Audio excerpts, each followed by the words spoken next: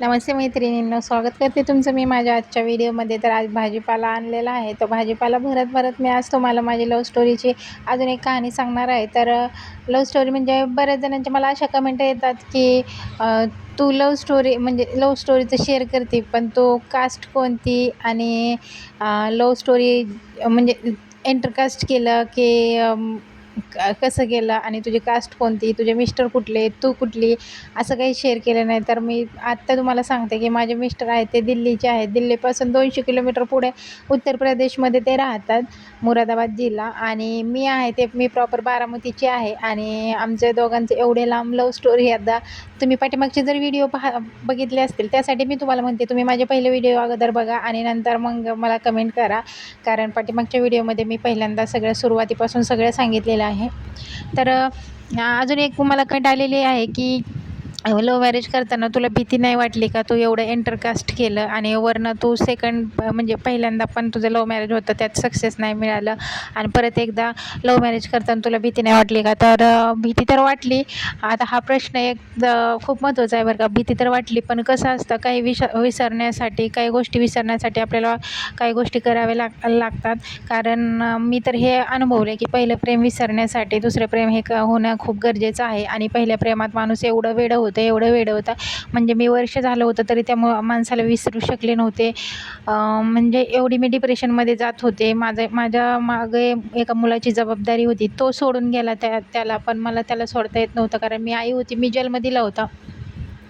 तो त्या दगडाच्या काळजाचा होता, त्यासाठी त्याचं तर काय नाही, तो तर गेला सोडून, पण मी कसं काय सोडणार माझ्या बाळाला. त्यासाठी त्याची जबाबदारी आणि त्याच्यासाठी मला जगायचं होतं, त्याच्यासाठी मी जगले खरं तर. नाहीतर अशी भरपूर कारणं होती आणि असे भरपूर वेळा म्हणजे दिवस आले माझ्यावर की मी अक्षरशः सुसाईड करायचा सुद्धा प्रयत्न केला होता. पण त्या चिमुकल्या जीवाकडे बघून मी सगळ्या काही गोष्टी सहन करत होते.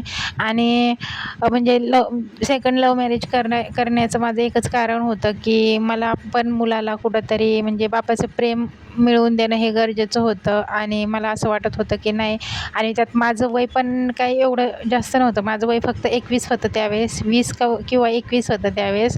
तर एवढं सगळं 20 वर्षाच्या अगोदरच मी सगळं खूप काही सहन केलं होतं आणि सगळ्यांचं म्हणजे टोमणे ऐकून घेतले होते. आईबापाची पण बदनामी झाली होती, अशा बऱ्याच गोष्टी होत्या.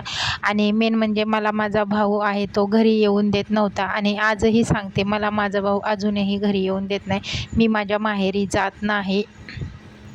माझ्या माहेरी न जाण्याचं कारण हेच की माझ्या मिस्टरांना जे पहिलं लव्ह मॅरेज केलं होतं मी माझ्या भावाला पहिलं पण मी लव्ह मॅरेज केलं होतं ना आत्ता पण मी लव्ह मॅरेज केलेलं आहे.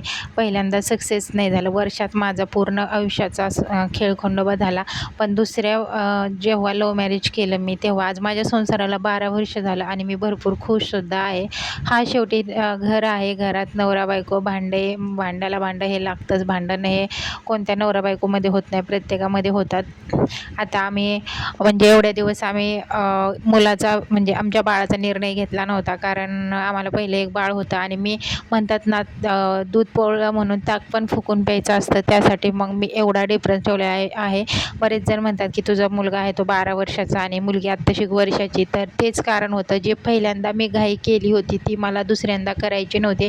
म्हणजे ज्या चुका मी पहिल्यांदा केल्या होत्या त्या चुका मला दुसऱ्यांदा करायच्या नव्हत्या. त्यासाठी मग मी थोडंसं म्हणजे पूर्ण आजमावलं, पूर्ण ओळखलं या व्यक्तीला की खरंच ही व्यक्ती साथ देईल का. जसं पहिल्यांदा झालं माझ्यासोबत तसं तर नाही होणार, बाळ झाल्यानंतर हा सोडून तर नाही जाणार.